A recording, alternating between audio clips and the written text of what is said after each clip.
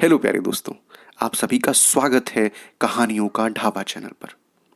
दोस्तों, आज की कहानी डॉक्टर भीमराव रामजी अंबेडकर जी से संबंधित है। तो आइए कहानी को सुनते हैं और भीमराव जी के व्यक्तित्व को जानने की कोशिश करते हैं। जब तक हम अपना 3 तरह से शुद्धिकरण नहीं करते, तब तक हमारी स्थायी प्रगति नहीं हो सकती। हमें अपना आचरण सुधारना होगा, अपने बोलचाल का तरीका बदलना होगा और विचारों में दृढ़ता लानी होगी। ये उद्गार हैं डॉक्टर भीमराव रामजी अंबेडकर के। डॉक्टर भीमराव जी अंबेडकर को दलितों का मसीहा, समाज सेवी एवं विधिवेत्ता के रूप में जाना जाता है। इन्होंने देश की स्वतंत्रता के पश्चात 4 नवंबर 1948 को भारतीय संविधान का प्रारूप संविधान सभा में प्रस्तुत किया। डॉक्टर अंबेडकर इस प्रारूप समिति के अध्यक्ष थे। इस प्रारूप में 395 अनुच्छेद और 8 अनुसूचियां थी। संविधान सभा में कई बार पढ़े जाने के बाद अंततः 26 नवंबर सन 1949 को इस प्रारूप को स्वीकार कर लिया गया और आजाद भारत को अपने देश का संविधान मिल गया। भीमराव अपने भाइयों में सबसे छोटे थे। बचपन में मां इन्हें प्यार से भीमा कहकर पुकारती थी।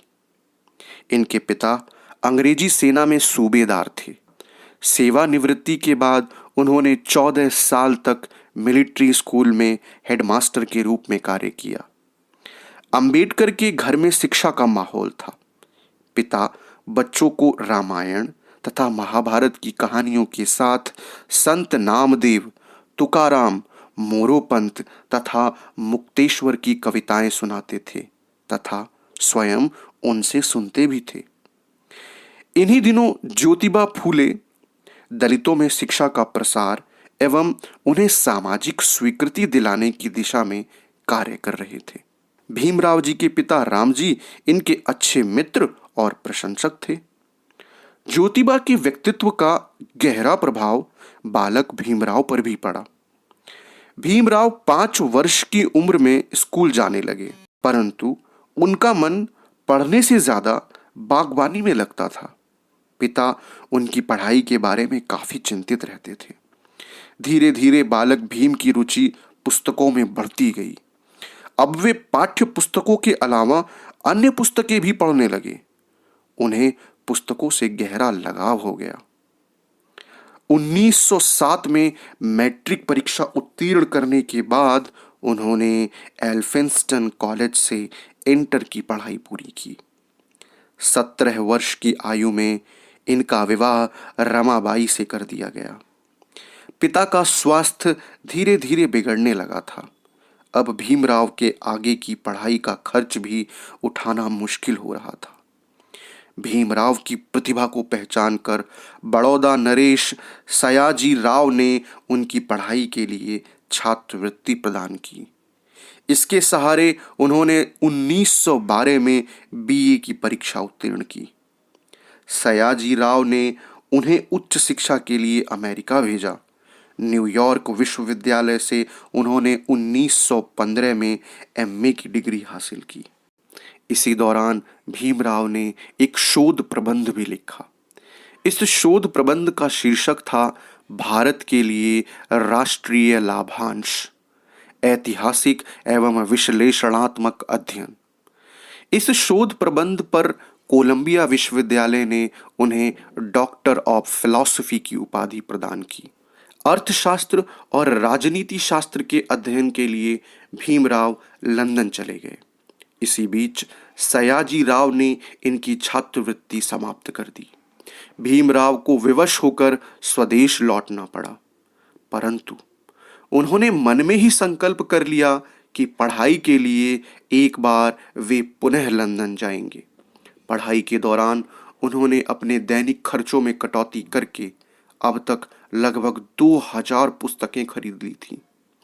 महाराष्ट्र में रहकर उन्होंने शाहूजी महाराज की सहायता से 31 जनवरी 1920 से मूक नायक नाम के अखबार निकालने की शुरुआत की। इस अखबार का मुख्य उद्देश्य भारतीय समाज में व्याप्त जाति प्रथा को समाप्त करना तथा अस्पृश्यता का निवारण करना था।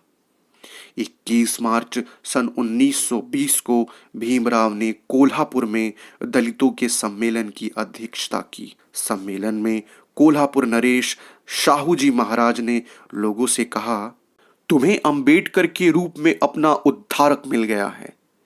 भीमराव रामजी अंबेडकर पैसों का प्रबंध करके पुनः 1920 में लंदन गए।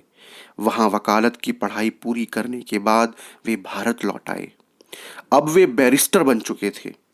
डॉक्टर भीमराव रामजी अंबेडकर आजीवन विभिन्न प्रकार के सामाजिक कार्यों से जुड़े रहे। लगातार काम करने से उनका स्वास्थ्य बिगड़ने लगा। इसी बीच 27 मई 1935 को इनकी पत्नी रमाबाई का निधन हो गया। 1936 में डॉक्टर अंबेडकर ने इंडिपेंडेंट लेबर पार्टी नाम से एक राजनैतिक दल का गठन किया।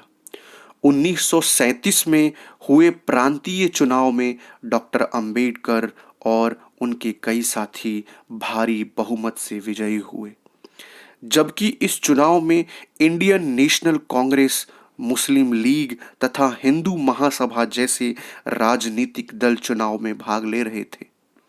डॉक्टर भीमराव रामजी अंबेडकर को जुलाई 1941 में गणित रक्षा सलाहकार समिति का सदस्य चुना गया।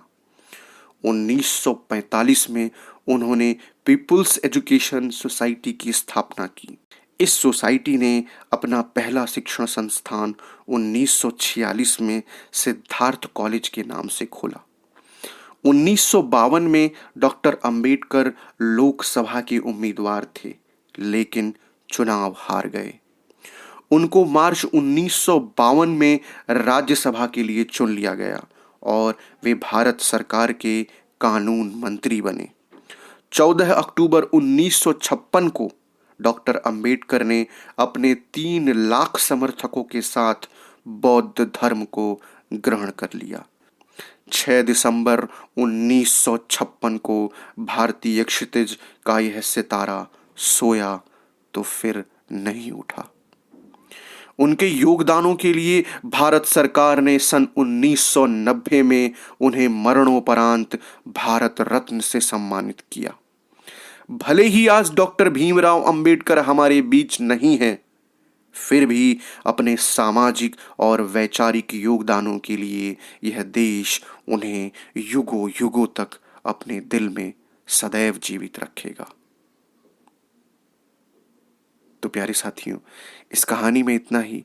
अगर इस कहानी ने आपके हृदय को तनिक भी छुआ है तो हमारे चैनल को सब्सक्राइब कीजिएगा, वीडियोस को लाइक और शेयर कीजिएगा। हम आपके लिए ऐसी ही प्यारी कहानियाँ सदैव लाते रहेंगे। मिलते हैं एक और नई कहानी में, तब तक के लिए धन्यवाद।